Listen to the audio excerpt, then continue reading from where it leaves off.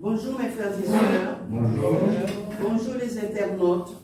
Bonjour tous ceux qui connaissent et qui ne connaissent pas le Seigneur, mais qui auront cette occasion, guidés par le Saint-Esprit, à entendre cette petite exhortation. C'est Dieu qui fait toutes choses. Je ne suis qu'un instrument et je donne ce que le Seigneur m'a donné avec la force qu'il m'a donnée. Que toute la gloire revienne au Seigneur. Amen. Amen. Nous allons parler ce matin du règne du millénium. Et cela se trouve dans Apocalypse 20, versets 1, 6. Qu'est-ce que le millénium? Le dictionnaire nous dit que le millénium, c'est le règne terrestre du Messie, Jésus-Christ, avant le jugement dernier, d'une durée de 1000 ans. C'est aussi une longue période de paix, de bonheur sur la terre. Pour le millénium, nous constatons qu'il y a deux actions qui se font simultanément durant le millénium. Nous avons premièrement Satan qui sera lié pour 1000 ans. Et tout de suite, Jésus-Christ vient régner avec ses saints pendant 1000 ans. Mais avant que cette période du millénium soit établie, beaucoup d'événements se sont déroulés sur la terre, de la Genèse jusqu'à l'Apocalypse. Survolons un peu la parole de Dieu. Au commencement, Dieu créa toutes choses et il fit l'homme à son image et à sa ressemblance. Il le bénit et lui donna autorité, domination sur tout ce qui se trouve sur la terre, dans la mer, tous les oiseaux du ciel. Amen. Dieu plaça l'homme dans un merveilleux jardin. Tout était parfait. L'harmonie, la paix, la joie y régnaient. Et Dieu visitait, discutait avec Adam et Ève. Un seul ordre avait été donné à l'homme. Ne pas toucher au fruit de l'arbre de la connaissance du bien et du mal, sinon il mourrait. Malheureusement, l'homme désobéit à l'ordre divin, trompé par Satan.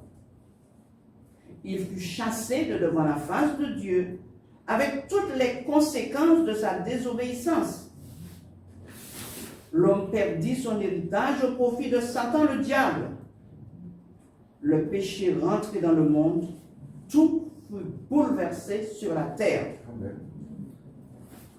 Du temps de Noé, les hommes étaient si violents, leur méchanceté était si grande sur la terre, leur cœur même toujours tourné de plus en plus vers le mal, que Dieu, très affligé dans son cœur, décida d'exterminer toute sa création sur la terre par le déluge. En Noé, il trouva un homme juste et intègre et l'utilisa pour cette circonstance. Une arche construite selon le plan de Dieu pour accueillir Noé et sa famille, ainsi que tous les animaux par couple, mâle et femelle. Durant cette traversée, il ne se fut aucun dommage dans l'arche. Après cela, la terre repeuplée, l'homme avait toujours sa nature pécheresse, héritée d'Adam et Ève. Le mal y demeurait. Parmi tous les peuples de la terre, Dieu s'en choisit un à partir d'Abraham pour qu'il lui appartienne. Des années plus tard, d'Abraham et de Sarah naquit Isaac, le fils de la promesse, qui eut deux fils, Ésaü et Jacob. Mais c'est de Jacob que naquit 12 fils, d'où les 12 tribus d'Israël. Annoncé par le prophète Ésaïe, chapitre 9, versets 5 et 6, le Messie promis est né de la lignée royale de David, de la tribu de Juda. C'est Jésus. Amen. Apocalypse 5, 5. Et l'un des vieillards me dit, ne pleure point. Voici le lion de la tribu de Juda, le rejeton de David, a vaincu pour ouvrir le livre et ses 7 sceaux. Amen. Amen. Durant son court ministère sur la terre, Jésus, l'envoyé, le Fils de Dieu, s'est choisi 12 disciples qu'il forma afin de continuer son œuvre après son départ. Beaucoup de miracles, de délivrances, de guérisons se faisaient parmi le peuple et la bonne nouvelle du royaume est annoncée. Jésus fit connaître le Père et sa volonté. Un Dieu d'amour qui voulait sauver les hommes. À la fin de cette formation, Jésus annonça à ses disciples son départ. Les hommes le rejetteront, le crucifieront, mais il ressuscitera le 3e jour. Il leur fit la promesse de ne pas les abandonner et de leur envoyer le Saint-Esprit, le Consolateur. Après sa résurrection, Jésus se montra plusieurs fois à ses disciples, puis les quitta en montant au ciel et s'assit à la droite du Père. Les disciples, 120, retourna à Jérusalem dans la chambre haute où ils se réunissaient. Quelques jours après l'ascension de Jésus au ciel, ils reçurent le baptême du Saint-Esprit, ce que le Père avait promis. Suite à cet événement, l'Église de Christ prit naissance. Les apôtres prêchaient la bonne nouvelle, la repentance, la conversion, le baptême au nom de Jésus, la délivrance des pécheurs, la vie éternelle. Les croyants persévéraient dans l'enseignement des apôtres, dans la communion fraternelle, dans la fraction du pain et dans les prières.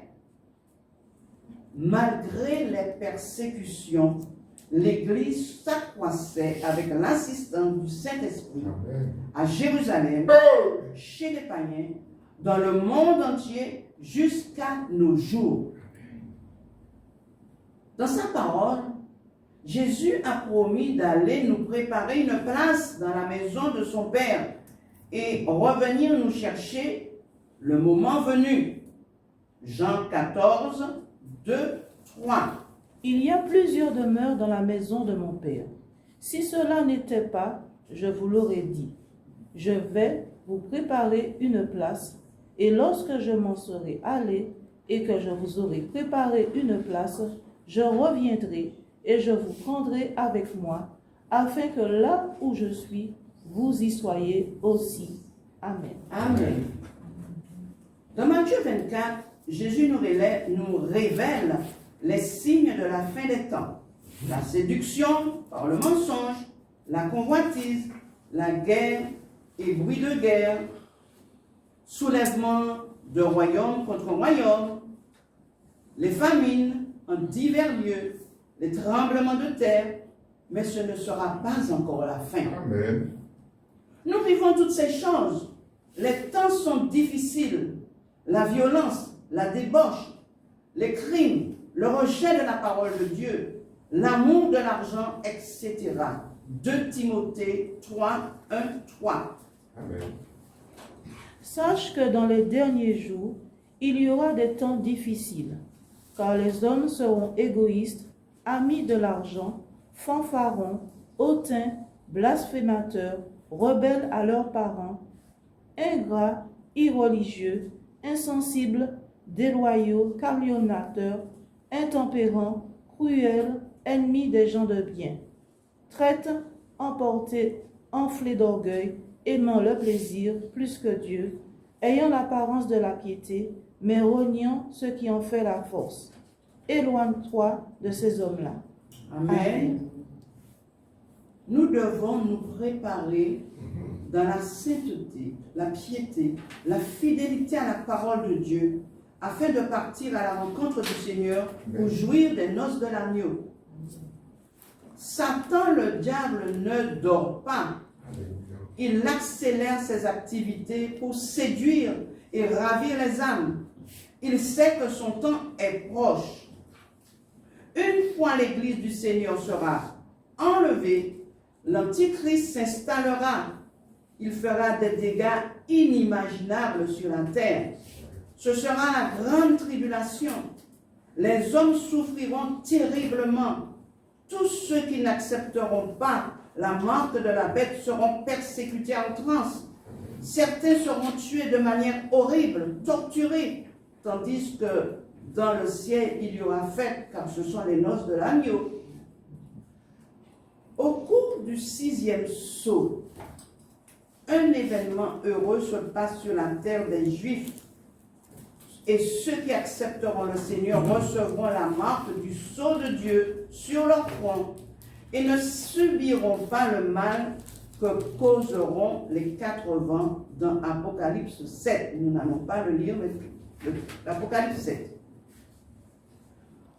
Beaucoup d'événements, de calamités se passeront encore sur la terre, jusqu'à ce que Satan soit lié et jeté dans l'abîme pour 1000 ans et que débute le règne de Jésus-Christ. Apocalypse 20, 1 à 6.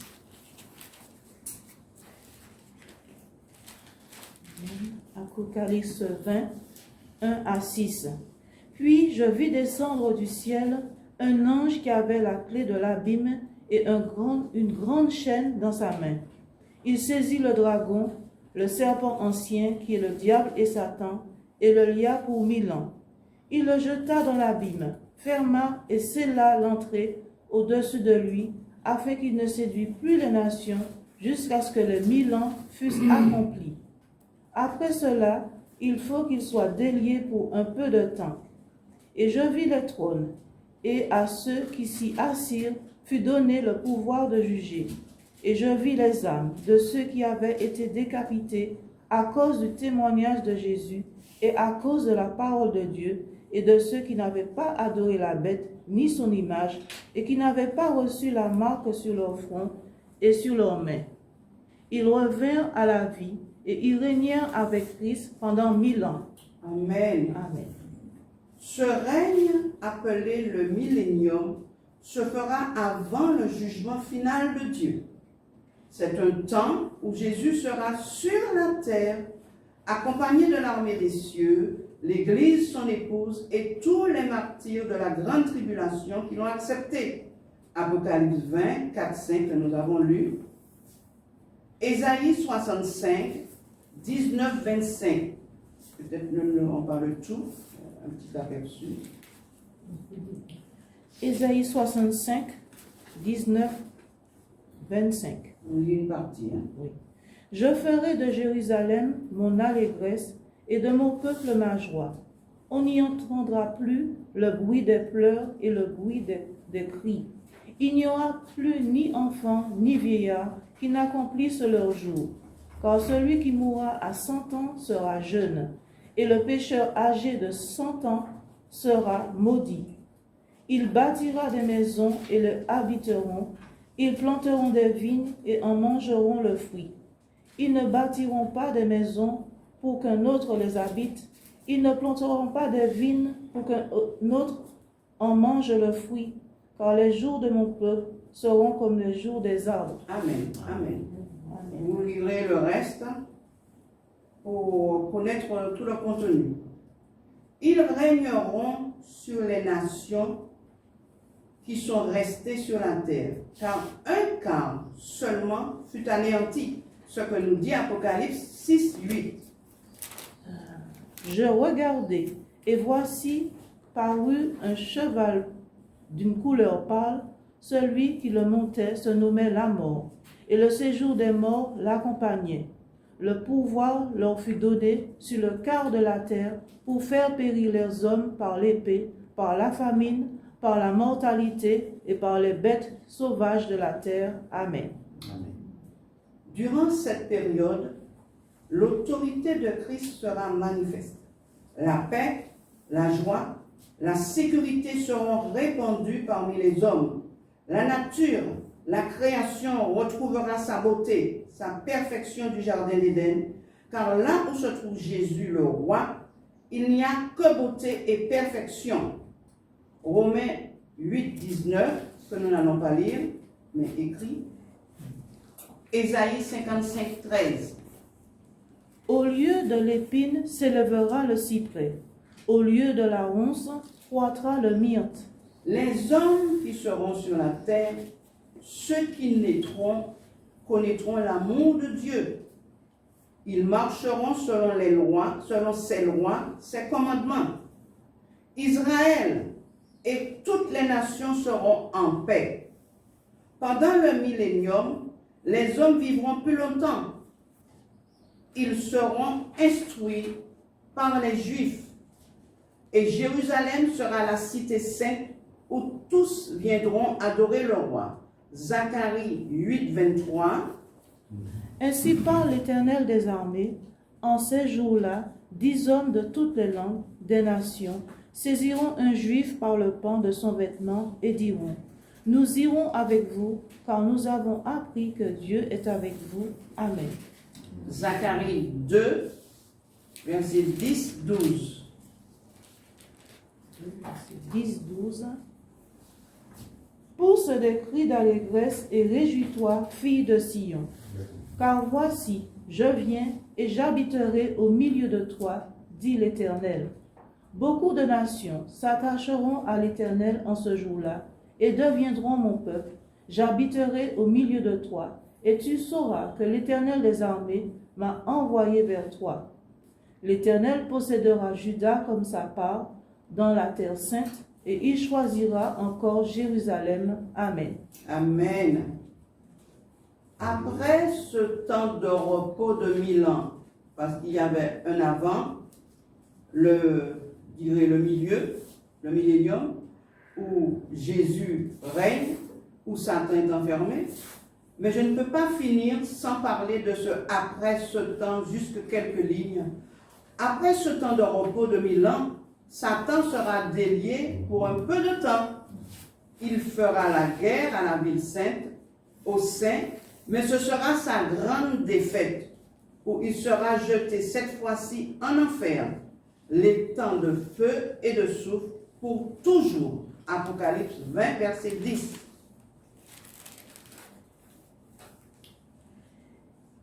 Et le diable qui les séduisit fut jeté dans les temps de feu et de souffle, où sont la bête et le faux prophète. Et ils seront tourmentés jour et nuit au siècle des siècles. Amen. Amen. Nous voyons donc que au départ, Satan a été lié pour 1000 ans et il fut jeté dans l'abîme. L'abîme, ce n'est pas l'enfer. C'est pour ça qu'après, il faut qu'il soit délié pour un peu de temps et sa finalité, c'est l'enfer. Et c'est ce qui lui arrivera. Nous voyons que Dieu, dans son amour pour l'homme, tout au cours des siècles, a tout fait pour le sauver. Le millénium était encore une grande preuve d'amour de notre Dieu. À lui soit toute la gloire. Amen. Amen. Amen.